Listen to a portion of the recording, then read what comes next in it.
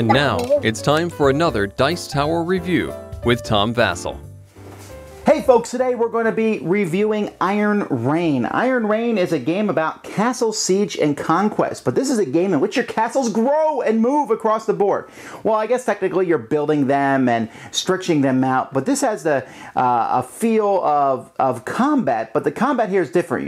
You can make, you know what, let me just show you.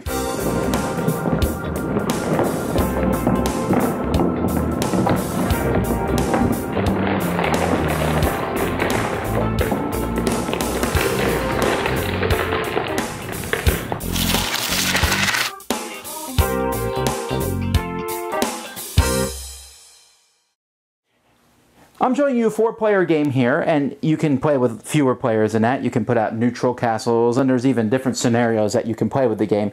But each person is going to build a town that has an enclosed area here like this. Now, you can build them.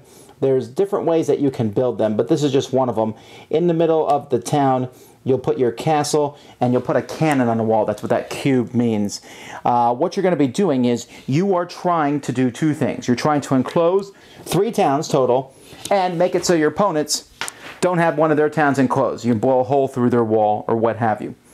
Now, at the beginning of each round, there's several phases, and these phases take place in the same order. The first phase is the upkeep phase, which is in which you just check everything, remove destroyed things, change the start player, etc. But then we have the purchase phase. Each of these castles here will provide you 10, capturing other towns will provide you 5. There's other things that you can get, but you basically have this little chart down here in the corner of the board that shows you how much things cost. So I can buy ships, I can buy artillery, I can buy discs, I can buy cards, soldiers, and repair walls for 2. Now the discs that they're talking about, 4 of these are put on the side of the board each round. They're called occupations. You can buy these discs and they'll do different things. You can buy a port, which lets you build ships. You can buy a workshop, which lets you build siege weapons. You can see that you can have an outpost, which is that flag there at the top. You can place it somewhere on the board and deploy troops from that location. If you build a market, you'll get extra money per turn. An armory adds 1 to your cannon rolls, etc. When you deploy people, you will be deploying little soldiers that will be coming from your castle. You can put more of these on the castle, but you also want to be buying cards. And I'm going to explain the importance of cards a little bit later on. After you're done buying and deploying, you'll then have a chance to move people. So your soldiers will be running across the board, likely attacking other soldiers and destroying walls. When 2 soldiers meet up with each other, they'll roll dice, and they're trying to roll 4 or higher to destroy them. They also, later at some point, you'll be able to have the ability to change your soldiers into siege weapons. This is a siege weapon when it's up. And when it's facing down, it's a ship. And so you might be able to turn this guy into a siege weapon, which can be attacked by other soldiers, but also can be used in a sense as a mobile cannon. Cannons themselves can shoot, and you can shoot your cannons all the way across the board practically. The farther something is away, the harder it will be to hit. But still, there's a chance you hit, and you even get to roll this special die when you're shooting at a wall, because you might destroy a wall section, but you can also destroy the wall sections next to the wall section. And you might even light them on fire if you have the right abilities to do so. So you'll be destroying wall sections, which will stop your opponent from building their walls out. To be able to move artillery, players will need to use cards, but also at the end of a turn, players will be using these cards because each card lets you build specific types of pieces, and as the game progresses, what you're going to be using is building these pieces kind of in a snake-like form to enclose these other areas of the board so that they're yours. And so you'll want to capture other territories. Now your walls will look kind of funny as time goes by, I suppose, depending on what pieces you have. But remember, that's one of the objectives of the game, is to enclose these other walls. Also, when you have walls, you'll be able to move your cannons along these walls, and when you're closer to other places, you'll be able to blast them into oblivion.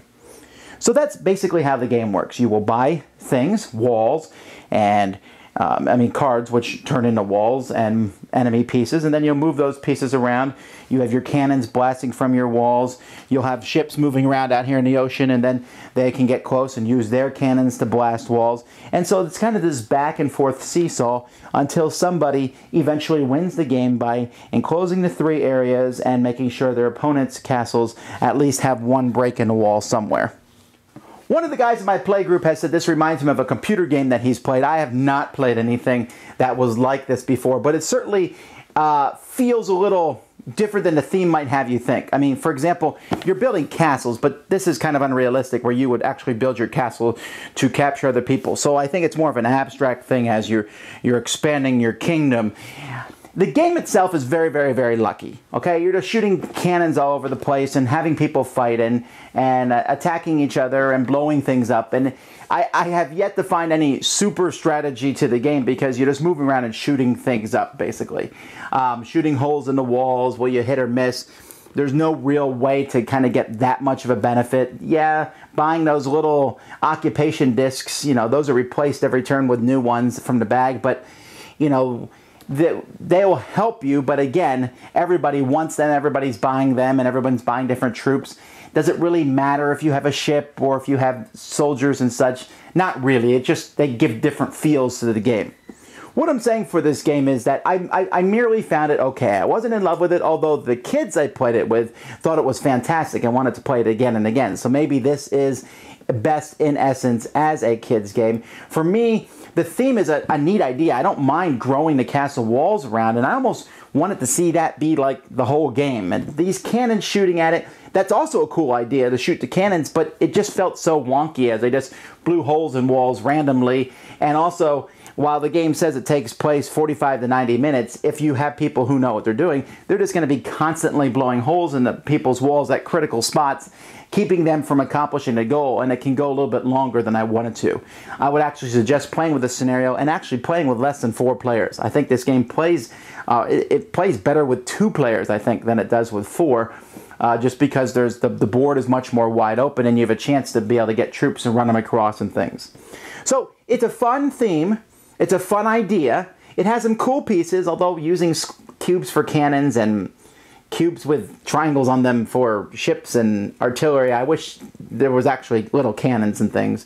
That abstract nature just kind of detracted from me. And the quality of the walls was not as high as I wanted to be. Several of them fell apart. But all that being said, if you're looking for a game for kids or for teenagers maybe who like Risk, this would be a very different experience to some degree, but it's on that same level. For me, it just didn't offer enough meat on the bones to want to keep coming back to it.